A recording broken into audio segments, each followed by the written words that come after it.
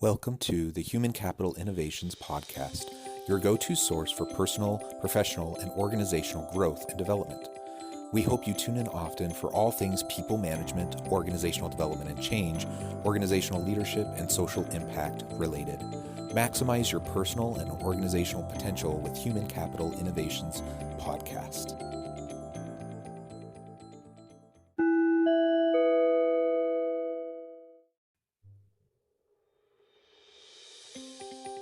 Welcome to the Human Capital Innovations Podcast.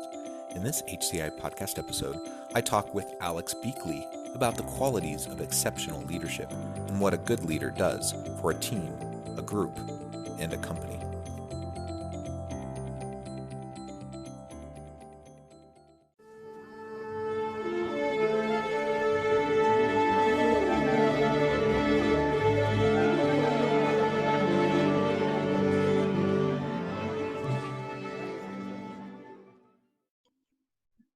Alex Beekley, welcome to the Human Capital Innovations Podcast. Hi, thank you, John, for inviting me today. Yeah, I'm really excited to have the chance to chat. And today we're going to have an opportunity to discuss qualities of exceptional leadership and what goes into effectively leading a team or an organization.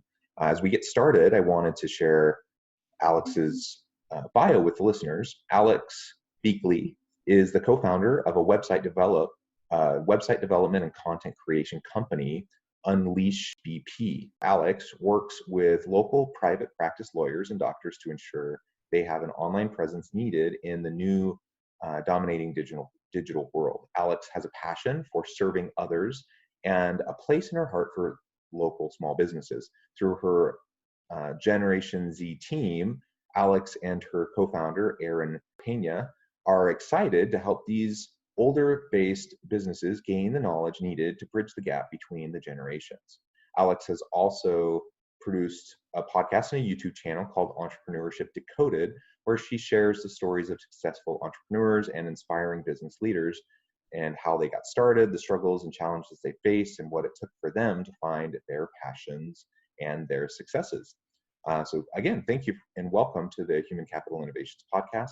Anything else you would like to add by way of background before you dive on in and get started? Oh, yeah, that was basically me. If anyone listening doesn't know, I am 18 years old and I will be going to college this fall, but I still love everything about business. And I think COVID was more of a blessing for me specifically just because my family has been safe and I've been able to start multiple businesses during this time to really help like local businesses and other people just thrive at this time. So. Very cool. And I would love to hear a little bit more about that. You're a young entrepreneur, you're seizing the opportunities presented by the pandemic. You're launching these different initiatives, websites, and businesses, all while, presumably finishing up high school, launching on into college.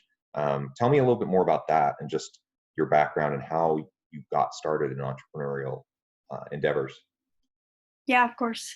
I never knew that I loved business until I was probably about 11 years old when my mom took me to door knocking. And at that time, I was a very shy kid.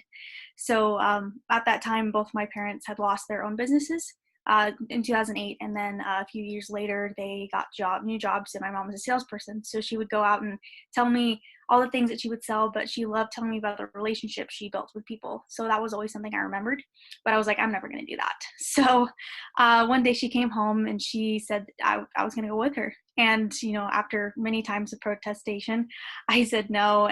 But she took me with her. And for like 2 weeks, I stood behind her just terrified. But over time, I learned what she was really talking about building relationships and really just talking to people.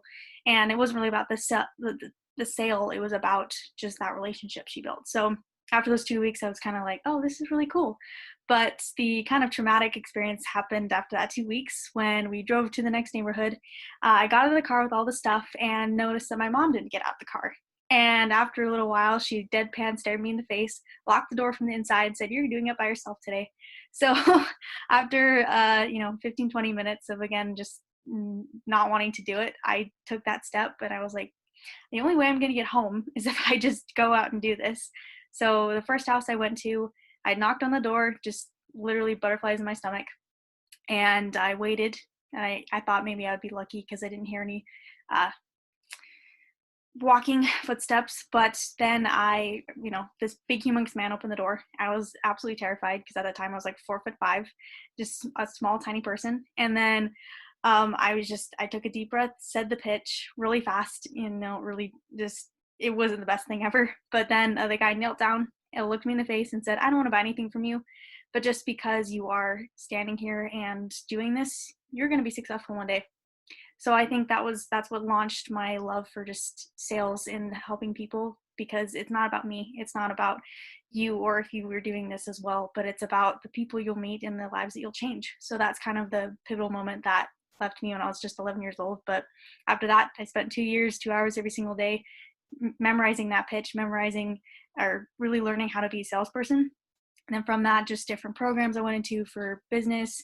And in this last year, when we went lockdown in March, I just took the initiative to, learn how to start a business myself, because most of the resources we have nowadays are online. And, I grew up with that technology, and I realized, my company has only been in business for like a week with Unleash BP, but it's been my sixth company.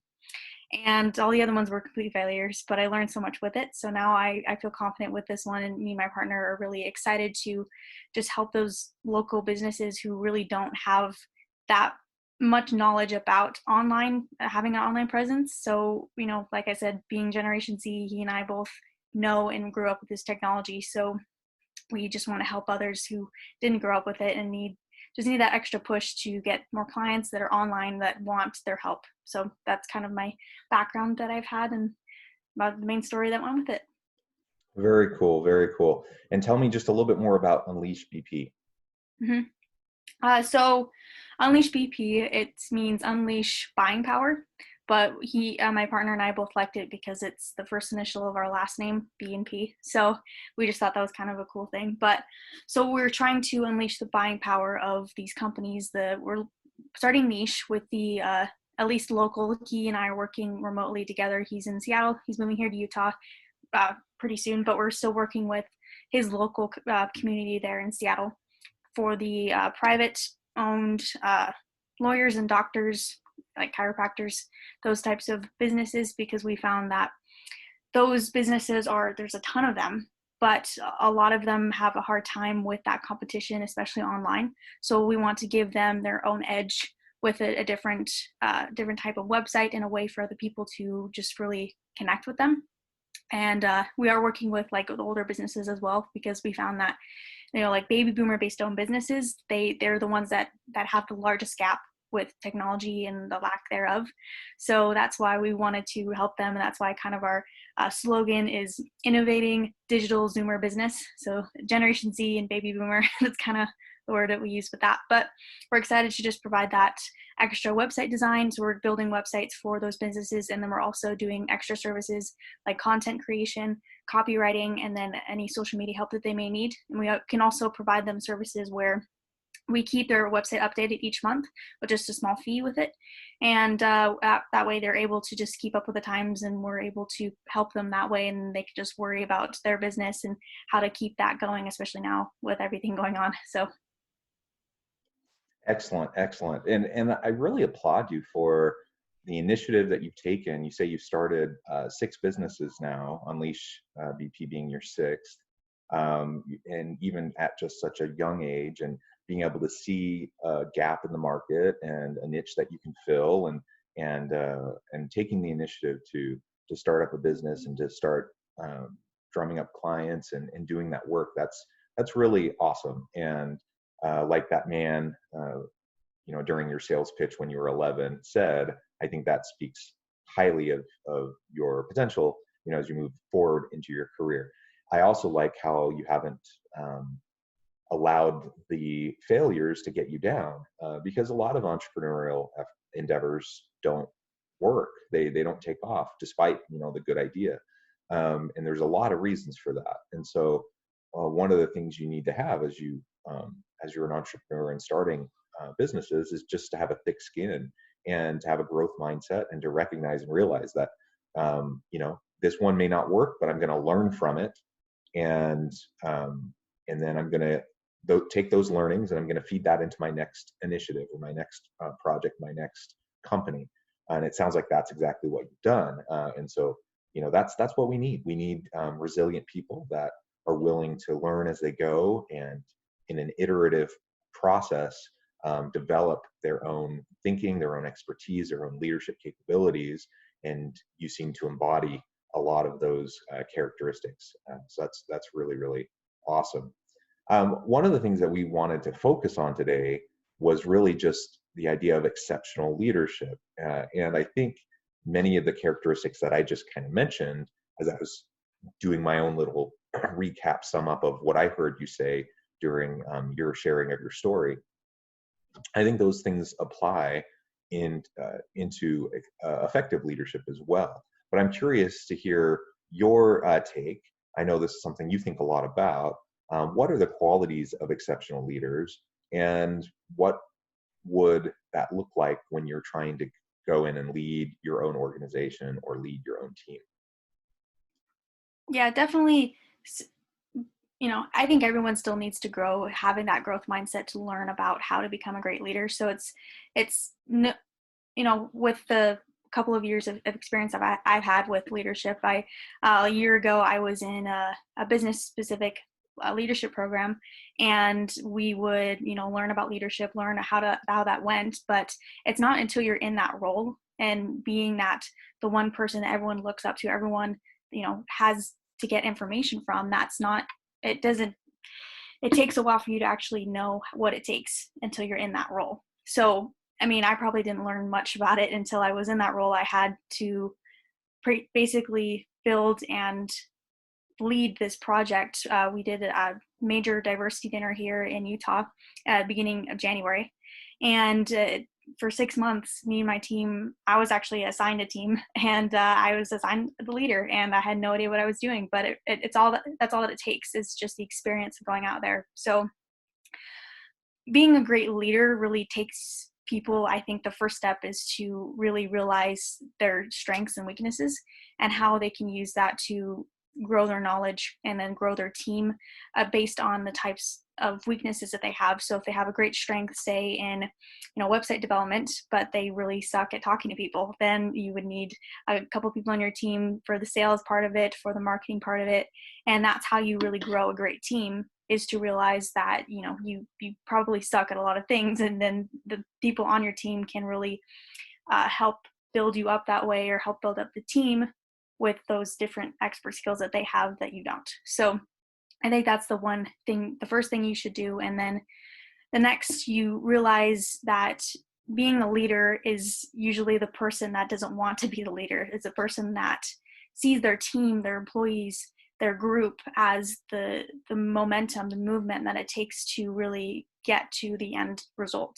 So with all of that, I think when you realize that you are the leader, but you're, instead of being a person who pushes people and the person who makes people do things, you're going to be the person who is along with them in the dirt, in the grind of it all.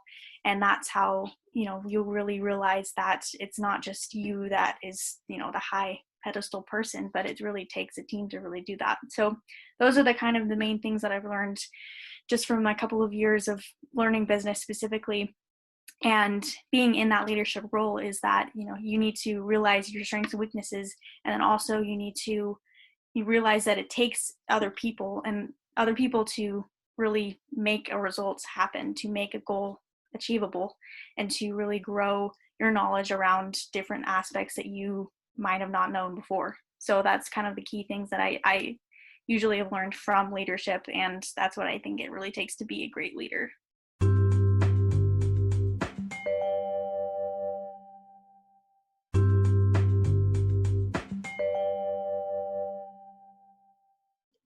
Yeah, well, I love, there's a lot in what you just said that I love. And it's connected to what you were just saying, but also going back to your story about how you learned about sales from your mother. One of the key components to effective and exceptional leadership is recognizing the role of relationships, right? That you don't accomplish anything without the people around you. And so sometimes people have this false notion that an effective leader is the person who's very authoritative, who can bark orders at people and get other people to do the stuff. But they see people not as people, but they see people as like their tools to get things done. And that's a fundamentally different kind of a mindset um, than trying to recognize the innate humanity of the people in your organization, valuing them as individuals, recognizing the strengths that they bring to the table, maximizing utilizing those strengths and maximizing their potential as a leader, and seeing your role as a leader not to be dictatorial, not to constantly be directing people, but rather to empower people, to help people recognize and see their own potential, help them recognize and see their own strengths, and then have that growth mindset to be able to continually develop into those strengths and lean in to the learning opportunities that they're going to have as they go throughout their career and as they work with you and in the organization. That's a fundamentally different kind of a mindset about leadership than perhaps the old traditional managerial approach, or the old kind of industrial revolution, assembly line type of a traditional mindset. And we've seen that shift, in organizations over the last 30 years, but leaders haven't necessarily had that mindset shift. And so we still see a lot of leaders who lead the way they were led, rather than leading in the more effective ways of empowerment and helping their people to be self-directed workers.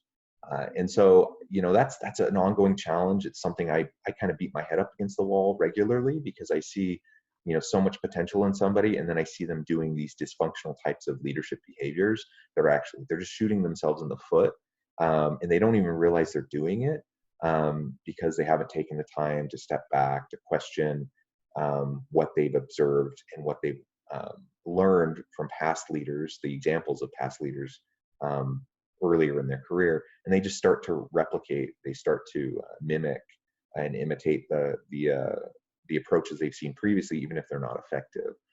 So it's about relationships. It's about building trust. It's about recognizing the strengths of our people and building off of those strengths. Those are those key components that we constantly need to be focusing on. And if we ever find ourselves retreating back to the kind of those older notions of distrust and assuming that my employees are going to try to do the bare minimum and get away with things and cut corners, so I need to be watching over them every second of every day.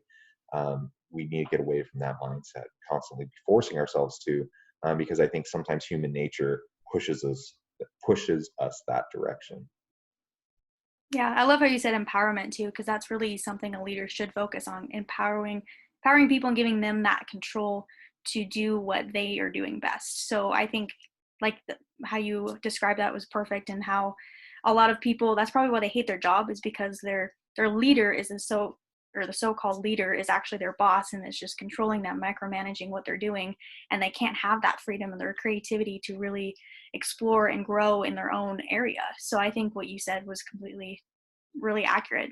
That's probably why people really hate their jobs, just because they don't have that leader figure, and it's not really their fault. Like you said, all these people grew up or around that environment of people who are that authoritative dictator boss person, instead of an actual leader who wants other people to grow and learn and really see their potential in what they can do. So I think that's really powerful when a leader really acknowledges that and can really pull through and do that for the organization. Yeah, absolutely.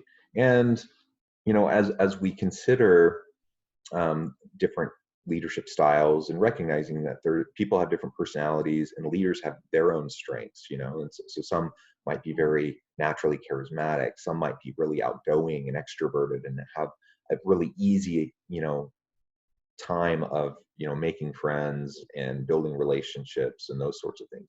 Others might be a little quieter. They might be more of the sage kind of listening type. They may not be as extroverted, and those relationships may not come as naturally or as easily, but those types of leaders often develop deeper relationships. And so just recognizing who you are as a leader, what your style is, what your personality is, how that feeds into your strengths, and then leveraging those strengths to be an authentic leader, I think is really vital, because one thing that you just don't want to do is try to be something that you're not. There's no one right way to lead people, in terms of style. Of course, building relationships, developing trust, being open and transparent, and empowering your people. I mean, these are general principles that I think apply across style, across personality. Putting those aside, the research shows there's no like one right way of leading people. And you can have a very introverted, quiet person who's a very powerful leader, and you can have a very extroverted person who's a very powerful leader, and everything in between. So I think it's important for us to be authentic, and not try to be something we're not, because people can see through that. And if we're trying to be something that doesn't fit with who we are, then people won't trust us, and then it'll be that much harder to lead. Something else I thought we could talk about for just a minute is, we've talked about these qualities of exceptional leaders, being effective in organizations, but what does that mean when you see, when I'm an employee and I'm working for a boss that I love, that I really respect, that I look toward, not just in terms of knowing what to do in my work, but as a potential mentor, as a someone who is wise and can show me a path forward. What does that do for the organization when we have leaders like that, versus what happens to organizations when we have those more micromanaging types of leaders, those types of leaders that are kind of the more old school approach, to just dictating rather than empowering. Yeah, I think when that happens, I actually have some like realistic real life examples. So both of my parents work for different roofing companies. The one of the company is actually probably going to go bankrupt in like a month or so, just because that the boss, the CEO, is micromanaging everyone. And ever since they went into COVID, they have like 4 meetings a week. They have all this stuff to make sure everyone's doing what they're doing. And I just kind of stand back and watch it all happen. And it's crazy how you can really see the difference between that and then like my mom's company, where they have so many people, so many salespeople, and it's like they can do what they want. They have different competitions to really boost each other's morale. They have like these coaching calls that they think the people need it to either like if they've been affected by COVID, or if anything, they need support for anything, that's where they go. So it's amazing to see that drastic gap between those two companies. But like you said, I think when you give your employees that protection, you give them trust, you show them how to, become like their own leaders and give them that empowerment in the workplace, that will provide them more, motivation to keep going, to not just work for you, but to see what they can do to push and to keep growing the company. And if you've like multiple employees that feel the same way, your company's going to grow exponentially. It's going to skyrocket. And it's amazing to see those results. But then on the other hand, if you have the micromanaging and then you feel like controlled and you don't have any place you're just in a box almost, that's when, the company's going to stay where it is, or it's going to fall, just because you can't let other people do it. And if you're micromanaging, I think that's at the point when the leader needs to step back and either have someone else take in the leadership position, or they need to learn how to trust their employees to take action and do the things that they're there for. Because being a CEO of a company, the transition from an entrepreneur to a CEO happens when you can let your employees do the jobs that you don't want to do anymore, because they can do it better. So I think when you have a CEO and they're still micromanaging the details of the company, then that just means that the CEO doesn't trust its employees, and it won't let them use their potential to grow the company that way. So I think when you have that mentor, the leader who really lets their employees do what they're meant to do, and it kind of motivates them to keep going, that the company will grow exponentially. And you can hire more people, and then you can continue that process and just create a great environment, because that's what the synergy happens in an office, or nowadays it's kind of mostly Zoom or at home. But if you can still create that energy and environment that's really positive and really motivating, then anything can happen. Yeah, I love that. Those are great flip side of the coin examples that you just shared with your parents' work. And I think we've all been there. We've seen that in different organizations, and some seem to get it and some don't. And you're right, there's a lot of research that shows the benefits and values of effective leaders. Most people leave their jobs because of having a bad boss. And so if you have someone you report to as a supervisor or manager who is not an inspiring leader, not an effective leader, then turnover rates are going to be higher. So good leadership leads to lower turnover. It leads to greater creativity, greater collaborations, more innovations, just generally speaking, better outcomes and results for the organization, as you mentioned. So for all those reasons, we need to strive to have good leaders. And unfortunately, organizations often are not particularly good at determining who would be best suited to be leaders. Something that was interesting that you said too, is that sometimes when you go from that entrepreneurial startup phase into growth phase, and then you move in, you're the CEO. A lot of leaders in that situation, they really struggle with letting things go. So it's not even a matter of thinking, oh, these are things I don't want to do anymore, I'm going to delegate and have other people do them. A lot of times those CEOs are still, because the reason they're micromanaging is because either they don't trust or because they love, that's what they love to do and that's what they're good at, and so that's what they want to keep doing, even though that's not the job of a CEO. And so we have to be able to grow with the types of work that we're doing, the types of growth of the company.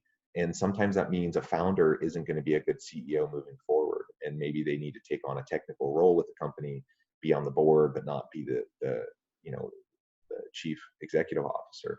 And so these are all the types of things we need to consider, and ultimately look for the leadership capabilities of our people, and recognize that just because someone's good at sales, just because they're a good coder, just because they're a financial wizard, that doesn't mean they're going to necessarily be a good leader. It doesn't mean they won't be, but it doesn't mean they will be either. And so just promoting people to those leadership roles because of past successes in other types of roles doesn't necessarily pan out. So it's a different set of skills, it's a different set of capabilities that we all have to carefully consider. Well, Alex, it has really been a pleasure talking with you today. We're about out of time, but before we close and part ways for the day, I wanted to give you a chance to share with the listeners how they can get connected with you, find out more about your company, and perhaps reach out to you if they need any assistance.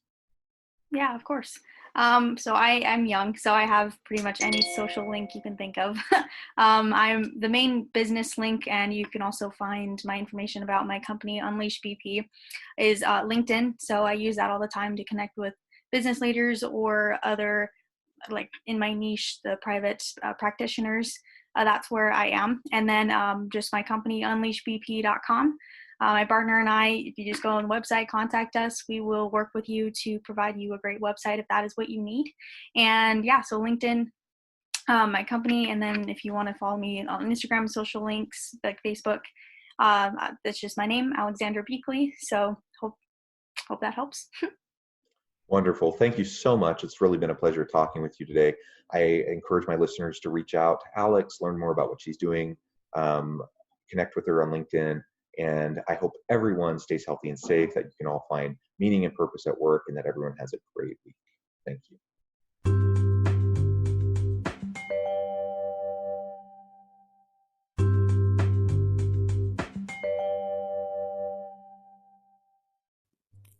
Thanks again for joining us for this episode of the Human Capital Innovations Podcast. I hope you stay healthy and safe, and that you have a great week.